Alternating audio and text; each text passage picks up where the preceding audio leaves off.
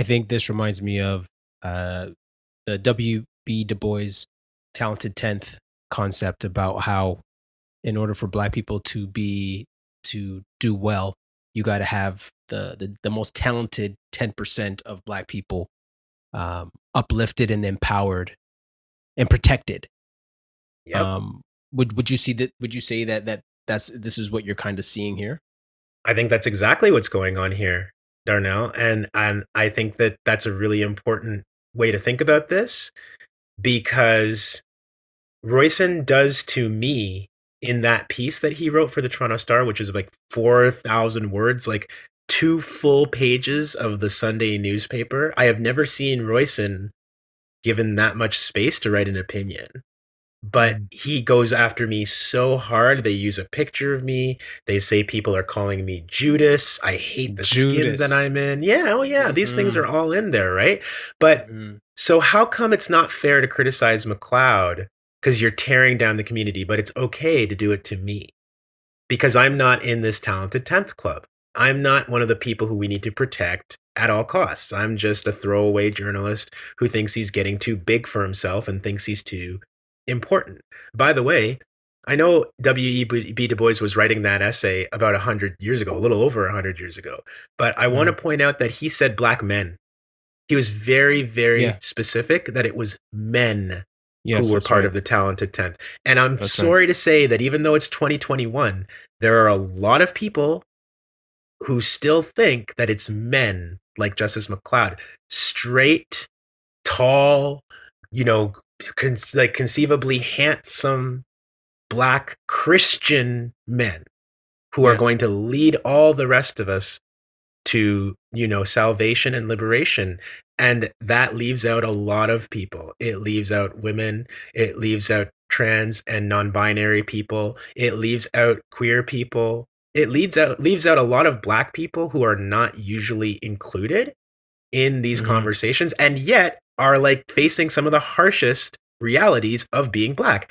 Because if you're black and you're a woman and you're queer, you're facing a different set of experiences from the powers that be than somebody like Justice McLeod or even somebody like me. And so I do think that they're kind of making gods out of a few people who have and how do those people show how qualified that they are?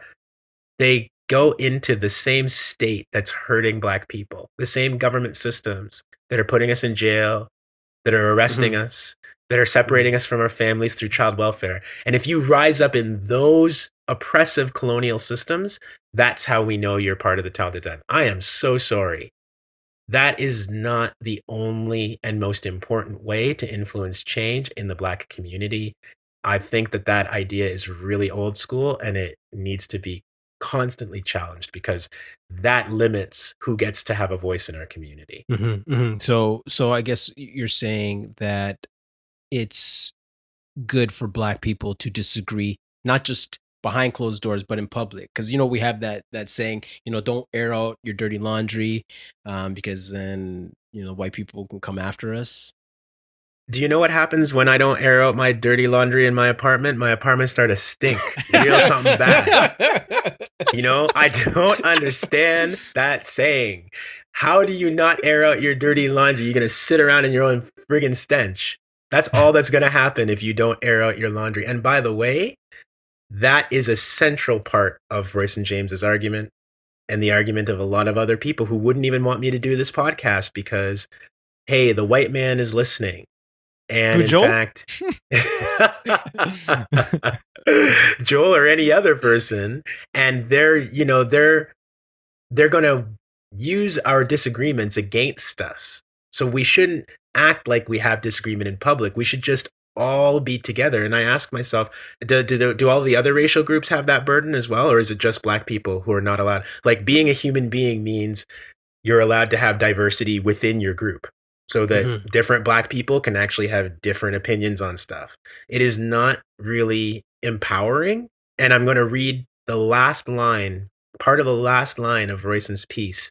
He says, black people don't have the luxury of discarding tactics and approaches that don't quite meet the best advocacy standards.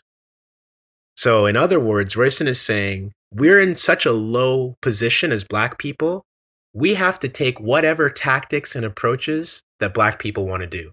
We don't have time to be critical. We don't have time to say some are better or worse than others. Mhm. All we have time to do is accept whatever people put out there in our name and deal with it. And you would never ask that of another racial group, to tell them, Right. don't think about the tactics, don't be strategic, just throw everything out there and hey, whatever works, works. Whether it makes people silenced in your community, whether it's ethical or not, whether it's consultative or not, just do whatever. And the bad person is going to be the person who wastes time criticizing other Black people. I'm sorry. I'm glad Royson put that in his piece, because I feel like that's a summation of what he really thinks, is that Black people are in such a low space in this country that we don't have time to figure out what's the best way to go. And like, where's that going to get us? Mhm. Where is it going to get us if we're not Nowhere. critical? No. And I'm going to say this too, because people always use this example. I don't like this. They talk about Malcolm X and Martin Luther King Jr. And they say, see, those guys didn't have all the same ideas. They didn't all agree on the same things, but they found a way to kind of support each other in the different kinds of advocacy that they were doing. Dr. King and Malcolm X debated each other. They didn't just debate each other in a quiet room where only Black people could hear. They went on white man's television. One of the only Mhm. times they were in the same place with each other ever, because they didn't hang out a lot.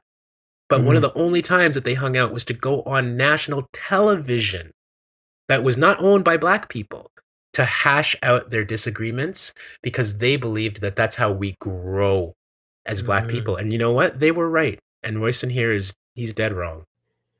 Please subscribe and hit the bell to stay up to date. If you liked or disliked the snippet, give it a like and share your 2 cents with us in the comment section. And remember, 6 cents makes change.